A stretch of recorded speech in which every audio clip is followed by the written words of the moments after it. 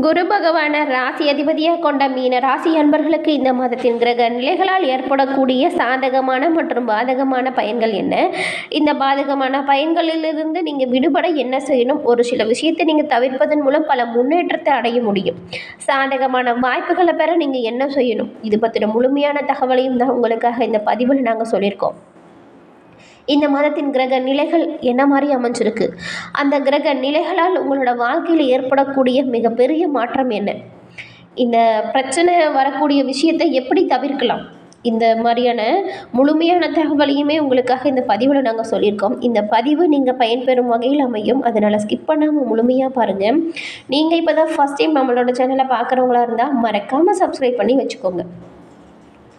ஒவ்வொரு ராசிக்காரங்களுக்குமே அந்த ராசி அதிபதியை பொறுத்து தனித்துவமான குணத்தோடு இருப்பாங்க.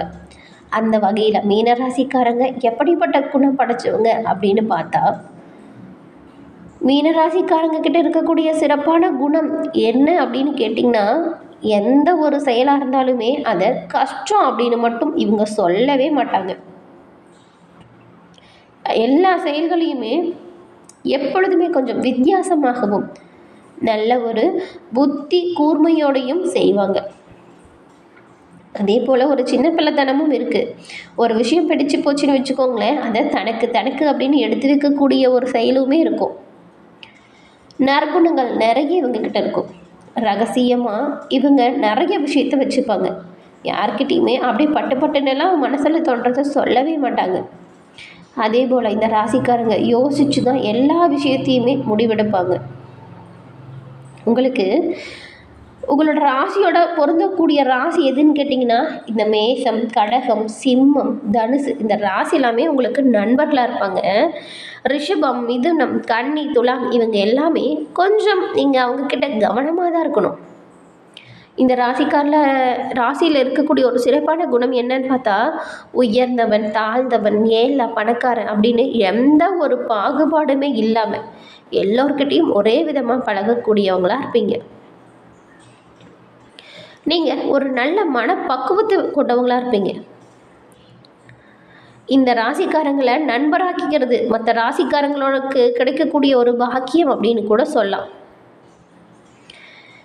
இந்த ராசியில் உள்ள நீங்கள் உங்களோட வாழ்க்கையில் வரக்கூடிய கஷ்டங்கள் தீர வியாழக்கிழமையில் நவகிரகத்தில் இருக்கக்கூடிய குரு பகவான் வழிபாடு செய்கிறது பல முன்னேற்றத்தை கொடுக்கும். எந்த ஒரு காரிய தடையாக இருந்தாலும் குரு பகவானின் அருளால் அது காணாமல் போகும்.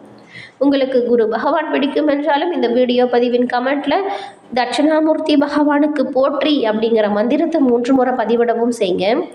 அதே போல் கண் திருஷ்டி கோளாறுகள்லேருந்து விளக்க பெறணும் அப்படின்னு நினைக்கிறவங்களா இருந்தால் இந்த கருங்காலியாலான பொருட்களை அணிவிக்கிறதன் மூலம் பல நன்மைகளையும் நீங்கள் பெற முடியும். ஞாபகம் வச்சுக்கோங்க. ஏன்னா மீன ராசிக்காரங்களுக்கு கருங்காலி மிகவும் உறுதுணையாக இருக்கும். இந்த நெகட்டிவ் வைப்ரேஷன் எல்லாமே உங்ககிட்ட வரும் பொழுது பாசிட்டிவாக மாறிடும். கண் திருஷ்டி கோளாறுகள்லேருந்து விலக்கு பெற்று நலமுடன் வாழ கருங்காலி உங்களுக்கு உறுதுணையாக இருக்கும். அதே போல் ஒரிஜினல் கருங்காலி எங்கே கிடைக்கும் அப்படின்னு பார்த்தா, உற்சாக ப்ரொடக்ஷன் மூலம் கருங்காலி மாலை, மோதிரம், கருங்காலி பிரேஸ்லெட் அப்படின்னு 3 வகையாக தயாரித்து தராங்க. உங்களுக்கு எந்த ஒரு பொருள் தேவைப்படுதோ அதை வாங்கி அனுப்பிச்சிக்கோங்க. கருங்காலி உங்கள் கூட இருந்தாலே போதும், பல நன்மைகள் உண்டாகும். கருங்காலி மாலை தேவைப்படும் எண்ணில் 90 87 67 77 89 இந்த நம்பரை டிஸ்கிரிப்ஷனுமே கொடுத்துருக்கோம். இந்த நம்பருக்கு நீங்கள் வாட்ஸ்அப் பண்ணி உங்களுக்கு என்ன ஒரு பொருள் தேவைப்படுதோ வாங்கி அனுப்பிச்சிக்கோங்க. இந்த கருங்காலி உங்ககிட்ட இருப்பது பல பிரச்சனைகளை தவிர்க்கவும் கண் திருஷ்டி கோளாறுகள் விலக்கு பெறவும் இந்த கருங்காலி உங்களுக்கு உறுதுணையாக இருக்கும். அதே போல் இந்த மாதத்தின் கிரக நிலைகள் மீனராசிக்காரங்களுக்கு எப்படி இருக்குது அப்படின்னு பார்த்தா, உங்களுடைய ராசியில் ராகுவும் சுக்கிரனும் புதனும் இருக்காங்க. தைரிய வீரியஸ்தானத்தில் குரு பகவான் இருக்கார். சுகஸ்தானத்தில் செவ்வாய் பகவான் இருக்கார். கலஸ்ரஸ்தானத்தில் கேது பகவானும், அயன சைன போகஸ்தானத்தில் சூரிய பகவானும், சந்திர பகவானும், சனி பகவானும் இந்த மாதிரியான கிரக நிலைகள் வலம் வருது. கிரக நிலைகள் அப்படிங்கிறது 4ஆம் தேதி சுக்கிர பகவான் வக்கரமடைய போகிறார். 9ஆம் தேதி புதன் பகவான் வக்கரமடைய போகிறார். 14ஆம் தேதி சூரிய பகவான் அயன சைன போகஸ்தானத்தில் இருந்து ராசிக்கு மாற்றம் பெறுகிறார். 18ஆம் தேதி அன்னைக்கு வக்கர நிலையில் இருக்கும் புதன் பகவான் ராசியில் இருந்து அயன சைன போகத்திற்கு மாற்றம் பெறுகிறார். 30ஆம் தேதி அன்னைக்கு புதன் வக்கர நிவர்த்தியும் அடைகிறார். இதன் மூலம் உங்களுக்கு உண்டாகும் பலன்கள் அப்படின்னு பார்த்தா, முதல்ல உத்திராட்டதி நட்சத்திரக்காரங்களுக்கு இந்த மாதம் ஊழியர்களுக்கு வர வேண்டிய அனைத்து வசதிகளுமே வந்து சேரும். கேட்ட இடத்திற்கு மாறுதல் கூட உண்டாகும். மகான்களின் சந்திப்பு ஏற்படும். உங்களுடைய பிள்ளைகளுக்கான வரன் தேடும் பெற்றோர்களுக்கு நல்ல ஒரு தகவல் வந்து சேரும். நீங்கள் எடுக்கக்கூடிய முடிவுகள் நல்ல வாய்ப்புகளை கொடுக்கும். உங்களை ஒதுக்கி வச்சவங்களே உங்களை தேடி வந்து பேச போகிறாங்க. அதன் பிறகு உத்திராட்டதி நட்சத்திரக்காரங்களுக்கு இந்த மாதம் தொழிலாளர்கள் ஓய்வில்லாமல் உழைப்பது மாதிரி இருக்கும். அதற்கேற்றவாறு கூடுதல் வருமானமே கிடைக்கும். தொழிலதிபர்கள் நினச்சபடி உங்களோட உற்பத்தி அதிகரிச்சிருக்கும்.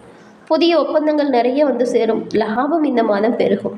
வியாபாரிகள் நல்ல லாபத்தை பெறுவதற்கு கொஞ்சம் கூடுதலாக உழைக்கணும், கவனமாக இருக்கணும். பழைய பாக்கிகள் வசூலாகிறதுல இருந்த தாமதம் காணாமல் போகும். உடல் நிலையில் இதுவரை இருந்து வந்த சிரமங்கள் அப்படிங்கிறது முற்றிலுமே காணாமல் போகும்.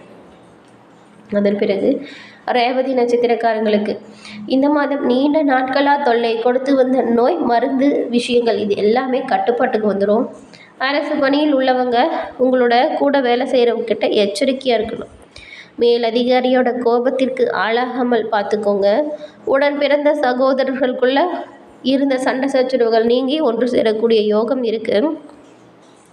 ரேவதி நட்சத்திரத்தில் இருக்கக்கூடிய மனமாகாதவங்களுக்கு நல்ல வரன்கள் கிடைக்கும். மேலும் இந்த மாதத்தில் உண்டாகக்கூடிய பாதகமான செயல்களிலிருந்து விடுபட நீங்கள் என்ன செய்யணும் அப்படின்னு பார்த்தா, குல தெய்வத்தை பூஜித்து வணங்கி வருவதன் மூலம் எல்லா தடைகளும் நீங்கி காரிய அனுகூலம் உங்களுக்கு உண்டாக போகுது. மனதில் அமைதி ஏற்படும். இதுவரைக்கும் இருந்த சங்கடங்கள் காணாமல் போகும். அதிர்ஷ்ட கிழமைகள் அப்படின்னு பார்த்தா இந்த மாதம் திங்கள் புதனும், அதிர்ஷ்ட தினங்கள் அப்படின்னு பார்த்தா 10, 11 வந்திருக்கு. மேலும் சந்திராஷ்டம தினங்கள் 18, 19, 20. இந்த சந்திராஷ்டம தினத்தில் ரொம்பவுமே கவனமாக செயல்படுறது நல்லது. சிக்கனம் வீட்டை காக்கும், சேமிப்பு நாட்டை காக்கும். இதை நன்கு தெரிஞ்சு செயல்படக்கூடியவங்க தான் மீனராசியை சேர்ந்தவங்க. இந்த மாதம் உங்களுக்கு அறிவுத்திறன் அதிகரித்து காணப்பட போகுது. சாதுரியமான பேச்சின் மூலம் காரிய வெற்றி உண்டாகும். பண வரத்து சீராக இருக்கும். அடுத்தவங்க பிரச்சனைகளை மட்டும் நீங்கள் தலையிடாமல் இருக்கிறது நல்லது. இசை, நாட்டியம் போன்ற கலைகளில் ஆர்வம் பிறக்கும். வீணாசைகள் தோன்றலாம், மனதை கட்டுப்படுத்தி வச்சுக்கிறது நல்லது. அது மட்டும் இல்லாமல் உங்களுக்கு இந்த மாதம் சின்ன சின்ன விஷயத்தில் கூட மன நிறைவு அப்படிங்கிறது உண்டாக போகுது. தொழில் வியாபாரத்தில் நல்ல ஒரு முன்னேற்றம் உண்டாகும். வாக்கு வன்மையால் லாபம் கிடைக்கும். புதிய ஆர்டர்கள் தொடர்பாக பயணம் செல்ல நேரிடலாம். உத்தியோகத்தில் இருக்கக்கூடியவங்க கொஞ்சம் நிதானத்தை கடைபிடிக்கிறது நல்லது. அதே போல் சக ஊழியர்கள்கிட்ட எளிதில் கருத்து வேற்றுமை உண்டாகலாம். அதனால் நீங்கள் கொஞ்சம் கவனமாக தாங்க இருக்கணும். அலுவலகத்தில் உங்களுக்கான அங்கீகாரம் உங்களோட சிறப்பான செயல்களால் அதிகரித்து காணப்படும். உங்களுடைய மேலதிகாரி உங்களோட சிறப்பான செயல்களை பாராட்டக்கூடிய யோகம் இருக்குது. குடும்பத்தில் இருக்கிறவங்களுக்காக உழைக்க வேண்டியதாக இருக்கும். கணவன் மனைவியோட ஒற்றுமை அதிகரிச்சிருக்கும். குழந்தைகளுக்கு தேவையான பொருட்களை வாங்கி மகிழ்ச்சி அடைய போகிறீங்க. வீட்டில் உள்ளவங்க கிட்ட இருந்து வந்த மோதல்கள், சண்டை சச்சரவுகள் இது தீரும். பெண்களுக்கு கலைகளில் ஆர்வம் அதிகரிக்கும். எதிர்பார்த்த பண வரவு வந்து சேரும். திறமையோடு செயல்பட்டால் பாராட்டுகளையுமே நீங்கள் பெற முடியும். கலைத்துறையில் இருக்கிறவங்களுக்கு நீண்ட நாட்களாக இதுவரைக்கும் இருந்து வந்த பழைய பகைகள் மாறும். எந்த ஒரு காரியத்தை செய்கிறதுக்கு முன்னாடியுமே அந்த விஷயம் சரியாக வருமா வராதா அப்படிங்கிறத மன தடுமாற்றம் இல்லாமல் யோசித்து சிந்தித்து செயலாற்றுவது நல்லது. அதே போல் எந்த ஒரு காரியத்துக்கு செய்கிறதுக்கு முன்னாடியுமே அதை எப்படி செய்யணும் அப்படிங்கிற மன தடுமாற்றம் அப்படிங்கிறது ஏற்பட்டு நீங்கும். அதனால் கவனமாக உங்களோட செயல்களில் நீங்கள் இருக்கணும். அவசர முடிவுகளை தவிர்ப்பது ரொம்பவுமே நல்லதாக இருக்கும். அது மட்டும் இல்லாமல் அரசியல் துறையில் இருக்கிறவங்களுக்கு எதிர்காலம் பற்றின முக்கிய முடிவுகளை எடுக்கக்கூடிய வாய்ப்பு இருக்குது. இது பற்றின எண்ணம் வரும். எண்ணத்தை ஈடேற்றக்கூடிய வகையில் உங்களோட செயல்கள் அமையும். நீங்கள் இந்த மாதம் எப்படி இருக்கணும், எந்த மாதிரியான விஷயத்தை தவிர்க்கணும் அப்படின்னு பார்த்தா, அடுத்தவங்களோட யோசனையை மட்டும் கேட்டு தடுமாற்றம் அடையாமல் இருக்கிறது ரொம்பவுமே நல்லதாக இருக்கும். தடுமாறினீங்கன்னா பல பிரச்சனைகள் வரும். உங்களுக்கு சரி அப்படின்னு எது படுதோ அதில் மட்டும் கவனமாக இருங்க. பிடிக்கலை, மற்றவங்க சொல்கிறாங்க அப்படிங்கிறதுக்காகலாம் எந்த ஒரு செயலையுமே செய்ய தேவையில்லை. எதிலையுமே வரக்கூடிய எதிர்ப்புகள் காணாமல் போகும். மாணவர்களுக்கு கல்வியில் வெற்றி பெற நீங்கள் எடுத்த முயற்சிகள் எல்லாமே சாதகமான வாய்ப்பை கொடுக்கும். சாதுரியமான பேச்சால் நன்மை உங்களுக்கு உண்டாகும்.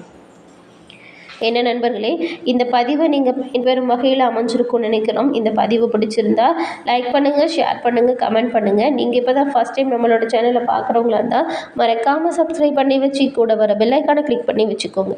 தொடர்ந்து பார்த்தமைக்கு நன்றி நண்பர்களே. நன்றி, வணக்கம்.